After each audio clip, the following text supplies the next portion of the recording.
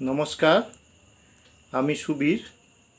আপনারা দেখছেন সুবীর দার লাইফস্টাইল। আজকের যে বিষয় নিয়ে আমি বলবো সেটা হচ্ছে 10 মহাবিদ্যার পুজো মানুষের কল্যাণ স্বার্থে। এটা দুটো ভাগে বলবো আমি। এখন যেটা বলছি সেটা হচ্ছে পার্ট 1।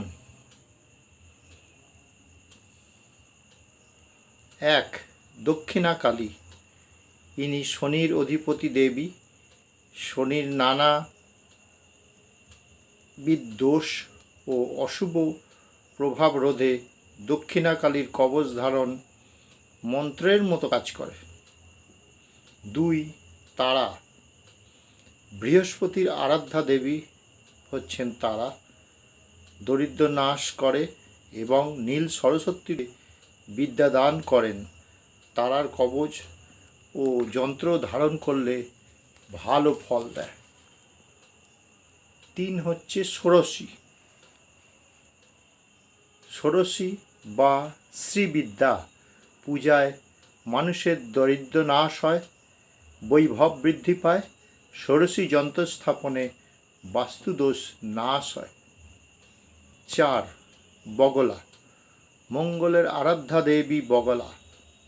জমি জমা ও গৃহ সংক্রান্ত সমস্যায় বগলামুখীর পূজা ও কবচ ধারণে সব সমস্যা মিটে যায়।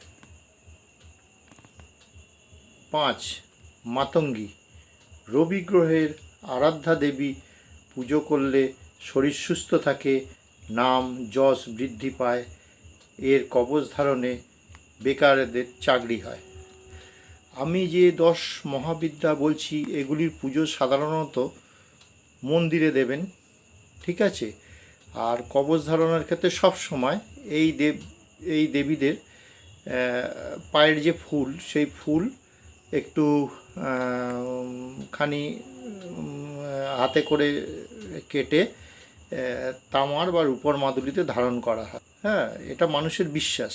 এবার অনেকে কি হয়, সত্যিই বোধহয় আমার এই হেভি কাজ হবে, ওই কাজ হবে, প্রতারকদের পাল্লায় পড়ে কেউ 25,000 টাকা খরচা করে ফেলেন, কেউ 5,000 টাকা দিয়ে মাদুলি কিনে ফেলেন। এগুলো কখনোই করবেন না। বিশ্বাস হচ্ছে মনের ব্যাপার।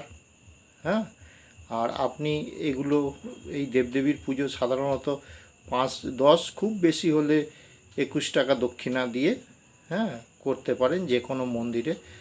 হ্যাঁ, এগুলো তো হচ্ছে 10 মহাবিদ্যা খুব ভয়ঙ্কর পুজো আর কি। এগুলো বেশিরভাগই হচ্ছে, ধরুন কয়েকটা দেবদেবী আছে, এগুলো ঘরে রাখতে নেই, ঠিক আছে। তাই আপনাদের বলছি মন্দিরে পুজো দেবেন, ওতেই মানসিক শান্তি হবে। হ্যাঁ, মনের জোর থাকবে। হ্যাঁ, মাদুলি কবজের দিকে বেশি যাবেন না।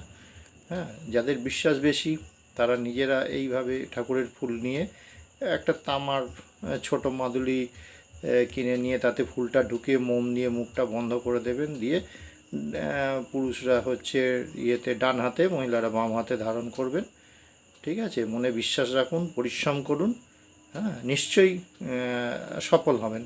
আমি কিন্তু তাবিজ এবং কবজের পুরো বিরুদ্ধে, ঠিক আছে। কারণ হচ্ছে কি, যে আমরা পরিশ্রম করব, হ্যাঁ, মনে শক্তি থাকবে দেবদেবীকে পুজো দিলে। সেই জন্যই আমার এই ভিডিও করা। আমি কোনো তান্ত্রিক বা কুসংস্কারের জন্য আমি এটা প্রচার করছি না। এটা প্রাচীন ধারা, 10 মহাবিদ্যা। তাই এর 5টি দেবীর রূপ বললাম এবং তাদের কাজ বললাম পার্ট 1-এ। এরপর পার্ট 2 এর ভিডিও নিয়ে আমি আবার আসব। আজকের মতো ভিডিওটা শেষ করছি।